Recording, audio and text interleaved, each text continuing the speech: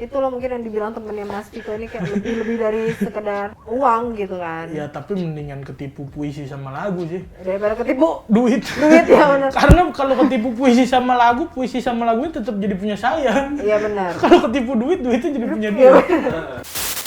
Tapi emang yang Mas Viko lihat itu emang kendaraan yang itu aja ya? Itu aja ya. Nggak tahu kayak kalau pakai itu di atasnya kayak ada tulisan gitu. Gua spesial. Sebelum lanjut, support terus channel ini dengan cara klik tombol like dan subscribe dan jangan lupa nyalakan loncengnya ya, supaya kalian gak ketinggalan video seru lainnya.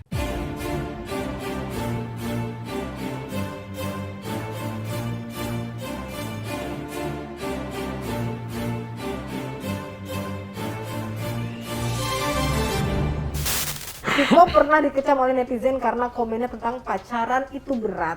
2 minggu pacaran tapi bahagianya 2 hari doang. Itu kenapa bisa menyimpulkan seperti itu? Iya, nggak tahu ya, itu lagi. Saya memang ada di fase yang overshare juga gitu, maksudnya mungkin dia adalah gadis yang saya impi-impikan gitu ya dari lama, dari 2017 mungkin. Mas Viko, ini cewek yang sama nih? Cewek yang si SMP itu? Beda. Oh beda cewek lagi, oke. Ini gadis yang saya impikan dari 2017, akhirnya pada tahun 2021 saya berhasil dapet, kan berarti perjuangan yang berapa lama tuh? 3 tahun, 2017 ke 2020, 4 tahun. Iya, 4 tahun gitu. Jadi kan maksudnya seneng. Yes. Terus ya karena seneng itu euforia jadinya overshare gitu, maksudnya. Saya melewatkan batasan-batasan di mana konten itu menjadi lucu dan di mana konten itu akhirnya menjadi norak gitu. Oke. Jadi maksudnya Mas Viko nih ngerasa pas gue dapetin itu tuh jadi biasa aja gitu atau gimana? Bukan, saya dapetin dianya senang. Yes. Dapetin dianya senang sudah pasti. Abis itu adalah output dari yang saya keluarkan. Jatuhnya tuh saya norak di sosmed, saya capture chattingan saya sama dia gitu. Iya, oke.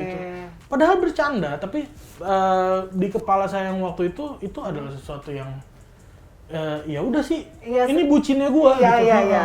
Tapi ternyata netizen beberapa orang beranggapan ngelihat itu jadi norak overshare gitu. Iya. Norak lo gitu ya. Dan apa aja yang saya rasain, saya tweet, apa aja yang saya alamin, saya tweet, kayak gitu-gitu. Akhirnya jadi kayak netizen ngerasa ini hubungan bersama nih, atuh. Iya, benar. Nah, tapi kan sering goceknya adalah saya tidak lagi merasakan apa-apa, tapi saya bisa mengeluarkan output tulisan gitu, kayak senandika atau puisi gitu. Jadi maksudnya orang sering ke goceknya itu, saya mah lagi biasa aja, tapi tulisan saya moodnya lagi indah gitu, terus saya nulis yang indah-indah gitu. Saya lagi biasa aja, tapi moodnya lagi sedih, saya nulis yang sedih-sedih gitu. Oh yes, itulah jadi ya untuk followersnya Mas Viko ya. Mas Viko tuh nulis tuh bukan semacam curahan apa yang lagi dirasakan, cuma apa yang lagi dipikirkan gitu. Nah, saya kepo, katanya Mas Viko tuh pernah ya pacaran sama wanita dari akun palsu. Jadi itu lama katanya. Kamu sedang banget tadi ya. Oh, penasaran ya aku gimana sih ceritanya aku. Iya, nggak tahu ya, Itu di umur berapa? udah stand up. Udah stand up, udah lulus sekolah dong ya? Iya, 20, mungkin 21, 22 gitu-gitu. Oke. Jadi ceritanya ini juga nih, maksud saya kan sebagai public figure kan nggak ada SKS-nya kan, maksudnya tidak ada yang mengajari orang cara menjadi public figure yang baik gitu. Semester ini lu belajar ini, semester ini lu belajar ini gitu, nggak ada gitu. Jadi menurut saya itu sih saya latah, kaget sama dunia entertainment gitu. Karena tiba-tiba jadi banyak perhatian yang datang, banyak perhatian yang masuk gitu dari orang yang ya kalau tadinya kenal oke lah ya gitu. Ini dari yang nggak kenal sama sekali terus tiba-tiba bisa jadi perhatian. Menurut saya ini perasaan yang ajaib ya. Maksudnya dia tidak bertemu, kita tidak bertatap-tatapan, tiba-tiba dia udah care gitu. Jadi menurut saya ya, ini aneh juga nih sih, sesuatu yang aneh. Nah, dulu saya sering manfaatin yang kayak gitu, saya ajak ketemu terus kita keluar kayak gitu-gitu terus jalan, nonton. kayak gitu-gitu, terus berlanjut sampai si inilah fake account ini. Si fake account ini terus pertama saya lagi di salon waktu itu teh. Lagi di salon, saya lagi kerimbat, tiba-tiba di DM, halo gitu. Oh, udah zaman Instagram ya saat itu ya? Twitter. Oh, Twitter, oke. Di DM, halo gitu. Terus saya kan kayak masa cakep banget DM ngeliat duluan. profil picture-nya ya? Iya. Okay. Saya kok cakep banget DM duluan ya? Kayaknya saya kalau secakep dia nggak bakal DM orang duluan. Iya. Terus ya Tapi udah. balik lagi ya, kan gue public figure gitu kan? Enggak, terus karena kayak gitu saya nggak terlalu percaya. Oke. Akhirnya saya lanjut aja lah udah. Oh, maksudnya lanjut balas-balasin? Enggak lanjut Lanjut keribat, oke. nyalon. Oh, berarti DM-nya di skip ya? Di skip. Oke, terus? Sampai ya saya treatment lah sampai sore lah itu di salon. Yes. Sampai sore di salon dia ngechat lagi, sombong gitu. Oh ya? Terus kayak, iya ampun, gitu. Saya merasa apa ya, saya merasa sedang diperjuangkan gitu. Gila, lu nge-DM gua, gak gua bales. Belum gua bales, lu udah DM lagi, anjir gila. Cewek cakep begini berjuang buat gua, gokil sih men gitu kayak. Oh, lu pantas dapet notice dari gua. Padahal cuma baru ngechat 1 kali lagi gitu ya? Dan di hari yang sama ya? Udah kayak gitu. Oke, lu pantas dapet notice. Terus ya udah chatan. Okay. Dari yang chill, terus mulai nyepik gitu, terus kayak mulai deket, terus mulai akrab, terus mulai kayaknya cerita ini cuma lu ceritain ke gua deh gitu. Oh ya, tapi ngerasa sampai ada di dia, sampai ada di tahap kayak gitu, kayak jalan berapa 1 bulan mungkin udah ada di tahap itu gitu. nyambung ya? Sampai ada aku merasa di titik bahwa gue udah nemu alasan kenapa gue lahir ke dunia ini. Pasti buat ngelindungin lu. Karena dia cerita sesuatu yang kayaknya, men gue nggak bisa, gue laki, gue tahu ada kejadian ini dan gue bodoh amat sama ini, gue nggak bisa men. Gue harus ngelindungin lu. Kayak dia cerita katanya dia melawan restu orang tuanya di Filipina, dia nggak suka sama calon suaminya. Terus mereka nikah di sini, kabur. Terus cowoknya KDRT, terus dianya hamil. Terus dianya maksudnya dia menceritakan hal-hal yang sensitif sebenarnya. Iya. Untuk orang yang belum kenal nih, terus boleh ceritain itu. Dia hamil, terus cowoknya KDRT, akhirnya mereka divorce, tapi orang tuanya nggak tahu karena takut si cewek ini takut dijudge sama orang tuanya. Tuh kan gue bilang cowok itu nggak bener gitu. Oke. Terus kayak, wah anjir nih lemah banget nih gadis gitu, kayak anjir lu butuh gua men dalam hidup lu men gitu. Lu butuh gua men dalam hidup lu, terus ya udah apa aja yang lu butuh pasti gua provide gitu, kayak pasti gua usahain, pasti gua. Dan di situ tuh belum pernah ketemu, tapi udah segitu tekad saya. Jadi kayak dia butuh apa? Pasti gua provide. Pasti gua provide. Nah itulah yang dipikirin sama temen aku. Jadi ini sampai trending di Twitter. Oke. Trendingnya Viko punya pacar, besok lagi trending pacar Viko cantik, kayak gitu-gitu. Maksudnya saya kalau pacaran emang norak gitu. Iya. Sebutin itu kalau pacaran norak. Terus rame lah di Twitter, terus teman-teman saya yang pada ngerti IT gitu, yang berpinter-pinter. Yes. Dia ini udah tahu sebenarnya. Dan ini akun palsu si cewek yang saya pacaran ini. Tapi dia nunggu momen. Akhirnya ada momen, jadi saya kan suka bikinin dia puisi, suka bikinin dia lagu, kayak gitu-gitu. Nah, ada momen saya habis bikinin dia lagu, terus nih cewek berterima kasih dengan amat sangat ke saya di Twitter. Bikinnya, di tweet lah sama dia ya?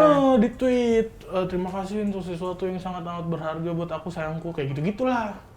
Nah, si teman saya ini yang tahu, kasihan lihat saya, kasihan nih si Viko kayaknya udah diduitin, udah ngasih berlian, udah ngasih... sampai ngasih berlian? Enggak, dia ngiranya.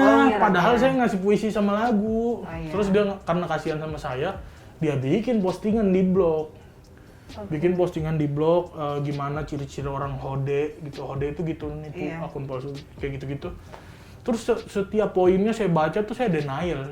Enggak, ini bukan. Denial, beda. Nah terakhirnya saya nggak bisa nolak lagi karena temen saya ini ngedownload foto cewek ini, di-upload di Google Image, di situ akan kelihatan siapa yang pertama kali ngupload. Yes. Nah ternyata yang pertama kali ngupload foto itu adalah namanya Min Kumiko. Min Kumiko ini adalah artis Thailand yang nggak terlalu terkenal. Oh iya. Cuma begitu saya lihat profil Min Kumiko, saya ngerasa ini pacar saya. Oh iya. Saya ngerasa dia Warna. di KDRT nama suaminya. Saya ngerasa dia dibikin jadi Padahal keguguran. sebenarnya Miko ini Min Kumiko. belum menikah. Nggak ya kenal kan? bahkan dia nggak tahu saya eksis. Iya. Tapi saya udah sayang. Ini cewek gue. Terus. Ya udah kayak gitu, abis ketahuan itu trending lagi di Twitter, pacar Viko bohongan gitu. Sebelumnya nggak pernah. Dulu tuh udah ada video call kan, zaman itu. Udah. Emang nggak pernah video call? Ya video call tapi kayak diliatin ke matanya aja gitu atau ke Tapi perempuan beneran langit-langit. kan? Suaranya Iya, perempuan. iya teleponan setiap malam. Oh, tapi nggak pernah yang kayak full wajahnya gitu nggak pernah? Iya, dan aku nggak curiga gitu waktu itu. Karena sudah termakan cinta kayaknya ya. Iya, Udah- sudah dibutakan cinta Iya, dan udah dibutakan Iya. cinta. The purpose of life. Oh, iya. tujuan gue lahir buat ngelindungin dia. Terus Alit nanya ke saya, terus lu udah ngasih apaan aja ke cewek itu gitu? Nggak ngasih apa-apaan sih, gue cuma nulisin puisi doang sama lagu gitu. Wah anjing itu sih udah lebih parah dari ngasih barang kata dia gitu. Iya.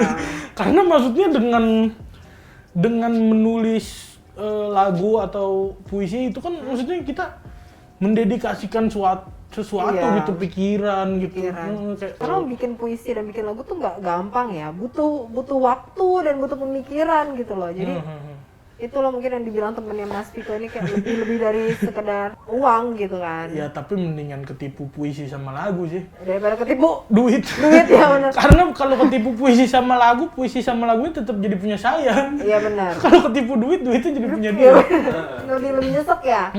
Tapi emang dia tinggalnya di mana sih? Maksudnya saat itu emang nggak pernah diajak jalan, nggak pernah diajak. Dia ngaku tinggal di Bandung tapi lagi ngerjain proyekan di Medan. Oh jadi saat itu dia di Medan posisinya, jadi nggak bisa ketemu gitu ya. iya. Emang berapa lama sih Apanya tuh? hubungannya saat itu? Paling 2 bulan ya akhirnya. Maksudnya 2 bulan. di bulan kedua udah ketahuan akhirnya. Ya, jadi saking karena Mas Viko ini tipe orang yang pacarannya bucin, jadi baru pacaran sebulan aja terus minggunya mungkin orang-orang jadi udah pada tahu gitu Iya, ya. iya, Oh, iya. Viko punya pacar gitu. Nah, kan tadi bilang bikin puisi dan lagu ya. Mau tahu dong lagunya tuh kayak gimana sih nadanya? Coba nyanyiin sedikit dong, nyanyiin Lagunya sedikit ya, untuk iya. saya dan untuk sobat NTNC lagu untuk mantannya Mas Viko nih. Udah pakai fake account. Ku diam, ku sendiri, ku bermain dalam sepi ini. Kau datang menemaniku, bahagiakanku, dan kau membuatku mengerti akan rasa ini. Tersenyum karena kau di sini, dan kau mengajakku berlari dalam. Sayangku jangan pernah pergi lagi, kau bahagiaku, kaulah segalanya untukku. Sayangku jangan pernah pergi lagi, kau bintangku, malamku, penutup hariku, kau milikku. Ini pernah masuk ke studio rekaman nggak sih lagunya? Apa? Pernah masuk ke studio rekaman? Enggak, belum. Tapi bagus loh, itu bagus loh, keren ya lagunya ya. Keren. Ya selanjutnya Mas Viko nih, saya mau ngajak Mas Viko untuk mendeskripsikan orang dengan satu kata aja. Ini nanti saya akan kasih fotonya. Oke. Nanti Mas Viko deskripsikanlah orang itu dengan satu kata. Satu kata. Cuma satu kata Oke. ya. Oke Mas Viko, ini orang pertama. Deskripsikan dengan satu kata. Jenius. Jenius. Kenapa? Karena menurut saya Raditya Dika mampu menjaga rantai inspirasi. Menurut saya Raditya Dika adalah tokoh idola yang mampu meneruskan pesan positifnya kepada banyak masyarakat dengan karya-karya yang berhasil dia buat dan populerkan gitu. Menurut saya ada orang yang jenius untuk dirinya sendiri, tapi buat saya Raditya Dika jenius untuk menginspirasi. Oke. Dan selanjutnya, ini dia. Kenapa nggak langsung ketawa ya? Deskripsikan dengan satu kata. Butuh waktu nih sepertinya, Sobat ATMC. Tunggu. Tunggu apa ini? Deskripsinya satu, tunggu. Tapi aku penasaran, tunggu apa? Tunggu waktunya. Tunggu apanya ini? Karena sebelum kejadian rame-rame Coki kemarin ya, Iya. si Coki itu pernah roasting saya based on pengakuan yang saya buat. Saya pernah come out ngaku ngisep tembakau sintetis. Yes. Terus saya bilang itu salah, nggak boleh gitu. Tujuan saya kan jelas kan, menyampaikan pesan Positif. saya salah gaul, jangan diikutin gitu. Yes. Terus dikeng-kengin tuh semua sama anak-anak MLI, sama Muslim, sama Rigen. Nah ini yang kena batunya Coki nih. Oh, iya. Dia bilang saya berhenti narkoba karena miskin. Tunggu Coki. Sudah Oke. sangat siap. Oke, selanjutnya ini Anyway, dia. tanggal berapa ya? Kalau nggak salah tuh tanggalnya udah ada ya buat saya ngerosting dia. Oh, udah sampai disiapkan tanggalnya loh. 3 Desember. 3 Siap-siap Desember ya. Jakarta. Siap-siap. Tunggu Coki. Coki Pardede di roasting sama Viko. Ya selanjutnya ini. Ini Bruno Mars. Oh, bukan. Komedi. Apa? Komedi. Komedi. Kenapa? Ananta Rispo tuh menurut saya dia adalah komedian murni ya yang dia tuh nggak butuh kamera, dia tuh nggak butuh penonton untuk melucu gitu. Maksudnya buat saya ya, saya cukup dekat dengan dunia-dunia komedi melucu gitu. Tapi maksud saya ketika saya melakukan itu tidak ada orang atau tidak ada kamera, ya itu akan jadi sesuatu yang mubazir gitu. Iya. Maksud saya, ya poinnya, where's the point gitu. Nah kalau dia tuh tidak berpikir seperti itu gitu, sebanyak apapun kans kelucuan yang dia bisa lucuin akan dilucuin sama dia. Saya tertarik sih, maksudnya ada orang yang memang ngelucu karena iya ada momennya gitu ya misalnya. Tapi kalau siapa tadi? Rispo. Mas Rispo itu dia memang lucu karena emang dia kehidupannya sehari-hari ya emang ngelucu gitu. Iya, Jadi dan bahkan nggak ada kamera. dilihat orang nggak dilihat orang, dia memang Iya. lucu gitu. Dia memang suka ngelucu ya. Ini siapa? Siapa kalau Wih. kita ini? Eh, Langsung turun, langsung kayak. ya itu mama saya. Oh iya, mamanya Mas Viko. Satu kata buat mama Mas Viko. Satu kata buat mama. Jadi melo. Pejuang. Pejuang. Karena Mas Viko melihat mama ini berjuang ya untuk. Iya, bahkan menurut saya hidup mama saya adalah kumpulan perjuangan-perjuangan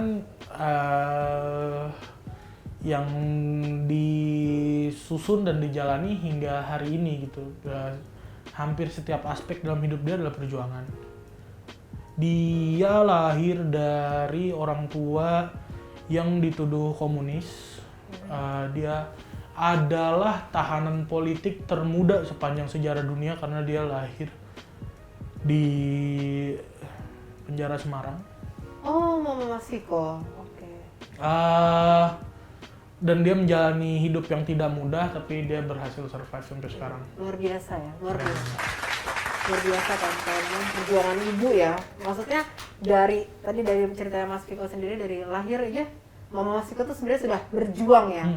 Berjuang untuk survive sampai akhirnya lahir Mas Viko terakhir ya? Ada, aku punya adik satu. Masih punya adik lagi ya. Masih berjuang untuk anak-anaknya sampai saat ini ya, keren. itulah kenapa kita harus memuliakan seorang ibu ya, karena ibu selalu berjuang untuk anak-anaknya.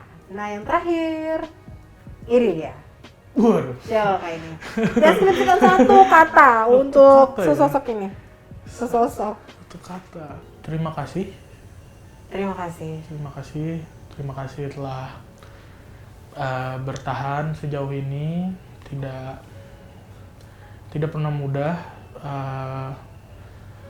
Terima kasih untuk selalu bangkit setiap kali terjatuh. Terima kasih untuk mau mengakui kesalahan. Terima kasih untuk mau mulai mendengarkan. Terima kasih untuk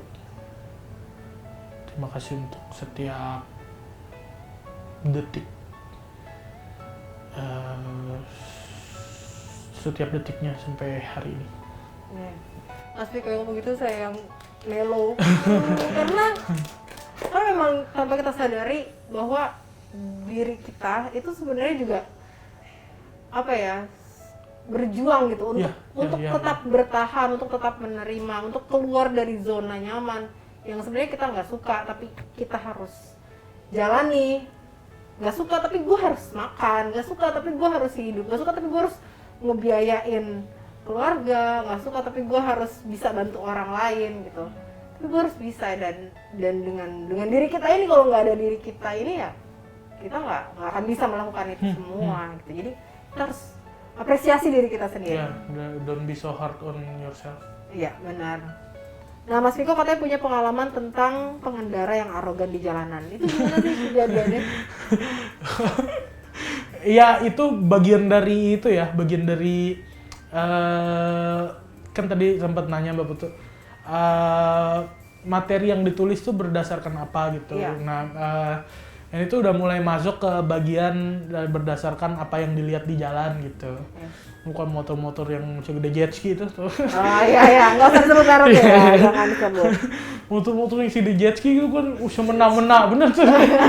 Kayaknya di jalanan. Lihat angkot disalip, lihat motor disalip.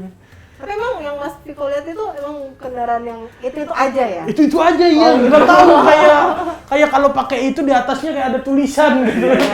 Gua spesial gitu. Pengecualian. Oh saya lah, apanya yang spesial sih maksudnya? Jalan sama di jalan umum, kecuali dia pakai track Hot Wheels sendiri. Nggak apa-apa ya kalau gitu ya. Terserah ya itu. Iya, nggak apa-apa kalau Ini gitu. masih jalanan umum. Tapi yang lucu adalah pas saya bikin materi itu saya diundang sama komunitas. Komunitasnya? Jadi ada komunitas motor itu. Oh ya. Terus ketika saya keluar materi itu, saya kira saya akan diserang. Ternyata mereka malah undang buat itu. Apa? Buat ngisi acara mereka. Iya, mereka tuh apa sih namanya kalau itu? Family gathering. Kopdar ya. Kopdar. Kalau lagi malah diundang ke acara kopdar mereka, lucu bener. Oh, tapi mereka pada akhirnya positif kan menerimanya kan, bukan kayak mungkin itu menjadi sebuah pengingat juga untuk mereka kayak oh ternyata kita tuh kayak gini ya gitu kan. Menurut aku malah ngeliatnya ya.